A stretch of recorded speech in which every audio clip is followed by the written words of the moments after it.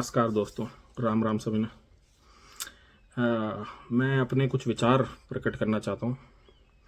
आजकल अभी जो ये दोबारा से किसान आंदोलन 2.0 चला है, ये इसलिए क्योंकि आ, मैं और मेरा परिवार खेती से संबंधित हैं। हमारा गांव मेरठ के पास है, तो मेरे मन में भी कुछ विचार आए और मुझे लगता है कि ये बहुत वाजिब सवाल है। प्रश्न नंबर 1, जो भी ये कह रहे हैं कि एमएसपी मैंडेटरी होना चाहिए। जब एमएसपी मैंडेटरी होगा और आप एक सर्टन प्राइस पॉइंट पे चीज़ों का दाम रख देंगे, लीगलाइज कर देंगे कि हर कोई, सरकार हो या प्राइवेट प्लेयर हो, उस दाम से नीचे कुछ नहीं खरीद सकता। तो मेरा पहला प्रश्न ये है कि उसके कारण जो इन्फ्लेशन, फूड इन्फ्लेशन होगी, उसका जिम्मेदार कौन होगा। दूसरा प्रश्न ये कि जब आप ये कहा जा रहा है कि किसानों को एमएसपी मिलना चाहिए, तो उसमें सबसे बड़ा पॉइंट ये है, तो किसानी में तो जो डेयरी फार्मर्स हैं, दुग्ध उत्पादन करने वाले किसान हैं, वो भी आते हैं।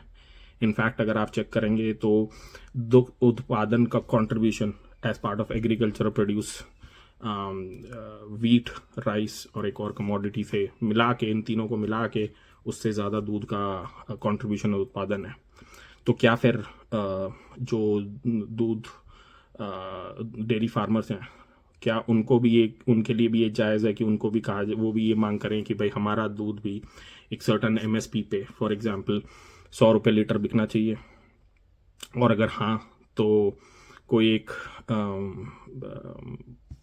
इंसान अगर एक शर्ट या टी शर्ट प्रोड्यूस कर रहा है, तो क्या उसको भी एमएसपी मिलना चाहिए?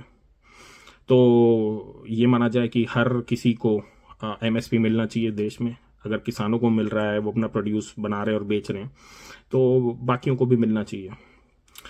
तीसरी चीज़ ये कहा जा रहा है कि भाई किसानों को पेंशन मिलनी चाहिए। पहली बात तो ये है कि पेंशन मिलने का लॉजिक क्या है? क्या आप कोई एक सरकारी कर्मचारी हैं, किसी जॉब में हैं, जो है आपको एक पेंशन मिलना चाहिए? और अगर पेंशन मिलना चाहिए तो फिर आप एक काम करिए, जो इनकम टैक्स, एग्रीकल्चर इनकम पे जिस पे 0% इनकम टैक्स है, उस इनकम टैक्स को भी अबॉलिश कर दीजिए, तो आप भी रेडी हो जाइए टैक्स देने के लिए। और अगर आप बात करते हैं कि भाई एमएसपी चलना चाहिए, तो अगर एमएसपी ऐसे ही अपडेट और वीडियोस के लिए भारत नाथ को लाइक, शेयर और सब्सक्राइब करें। बेल आइकन दबाना ना भूलें।